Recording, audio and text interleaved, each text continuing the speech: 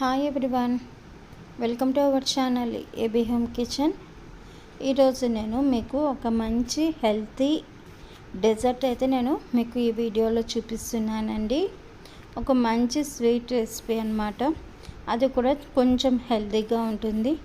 మనలో చాలామందికి స్వీట్స్ అంటే చాలా ఇష్టమై ఉంటుంది. అలాగే లేదు అంటే భోంచేసిన తర్వాత కానీ లేదంటే మార్నింగ్ బ్రేక్ఫాస్ట్ తిన్నప్పుడు కానీ ఏదైనా కొంతమంది స్వీట్ తినాలని ఉంటుంది. అలా స్వీట్ తినాలనిపించినప్పుడు ఇలా ఒక్కసారి చేసి చూడండి. మనము ఇలా చేసి పెట్టుకుంటే చాలండి, హెల్తీగా స్వీట్ తిన్న రుచి అనేది వస్తుంది. దీనికి కావాల్సినవి ఈరోజు నేను మీకు ఈ వీడియోలో చూపిస్తాను. ఎక్కడ స్కిప్ చేయకుండా చివరి వరకు అయితే చూడండి. ఫస్ట్ అయితే నేను ఇక్కడ ఒక 3 క్యారెట్లు తీసుకున్నానండి.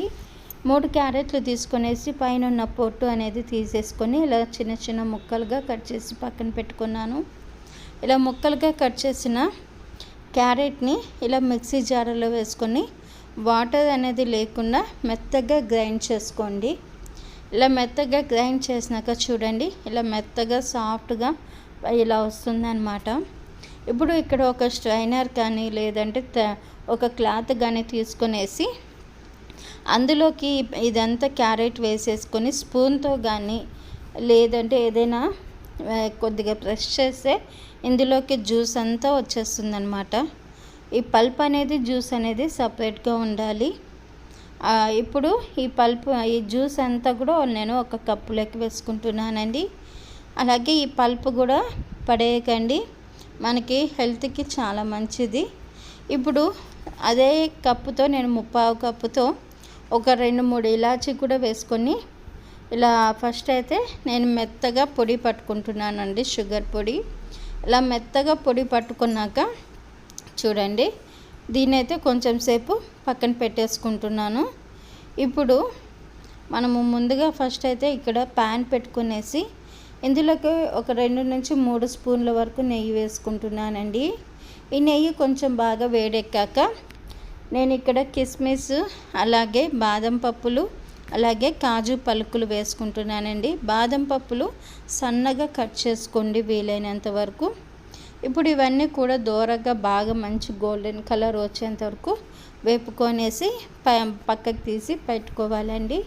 ఇప్పుడు అదే నెయ్యిలో 1/2 కప్పు వరకు 1 కప్పు వరకు నేను సెమోలినా అంటే బాంబే రవ్వ ఉంటుంది కదండి, అది తీసుకున్నాను.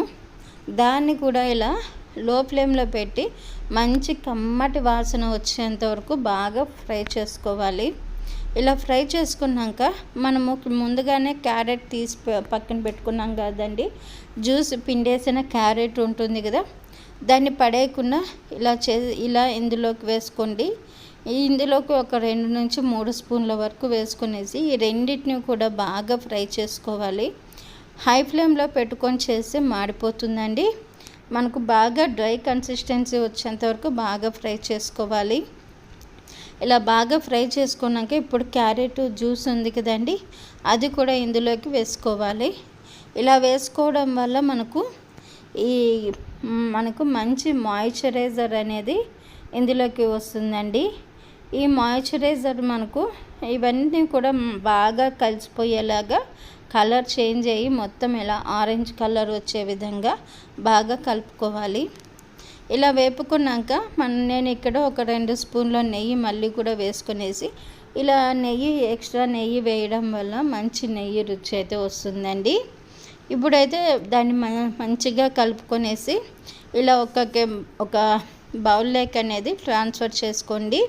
ఇప్పుడు కొంచెము చల్లారాక ఇందులోకి మనం వేయించి పక్కన పెట్టుకున్న డ్రై ఫ్రూట్స్ ఉన్నాయి కదండి, అవి వేసుకోవాలి. ఇలా వేసుకున్నాక మనం మిక్సీకి పట్టి పెట్టుకున్న షుగర్ పౌడర్ ఉంది కదండి, అది కూడా మీ రుచికి తగ్గట్టు వేసుకోండి. కొంతమంది ఎక్కువగా తింటారు, కొంచెం తక్కువగా తింటారు కాబట్టి చూసి వేసుకొనేసి ఇది మొత్తం రవ్వను షుగర్ పౌడర్ అన్నీ కూడా బాగా కలిసిపోయేలా బాగా కలుపుకోవాలి.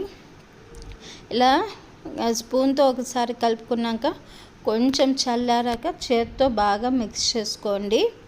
ఇలా చేసుకున్నాక మనకు ఏ సైజ్ లడ్డు కావాలో చూసుకునేసి ఆ సైజ్ లడ్డు అయితే మనం చుట్టుకుందామండి. మనకు క్యారెట్ జ్యూస్ వేయడం వల్ల నార్మల్గా మనం రవ్వ లడ్డులోకి పాలు అనేది పోస్తుంటాం మాయిశ్చరైజర్ కోసం. నేను ఇక్కడ క్యారెట్ జ్యూస్ వేసానండి మాయిశ్చరైజర్ కోసం. చాలా టేస్టీగా ఉంటుంది, హెల్తీ స్వీట్ కూడా, పిల్లలకు కూడా పెట్టచ్చు. మీరు ఈ ప్లేస్లో షుగర్ బదులు బెల్లం కూడా వేసుకోవచ్చండి.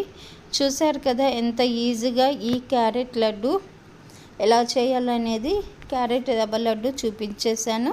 మీరు కూడా తప్పకుండా ట్రై చేసి నా కామెంట్ బాక్స్లో అనేది పెట్టండి.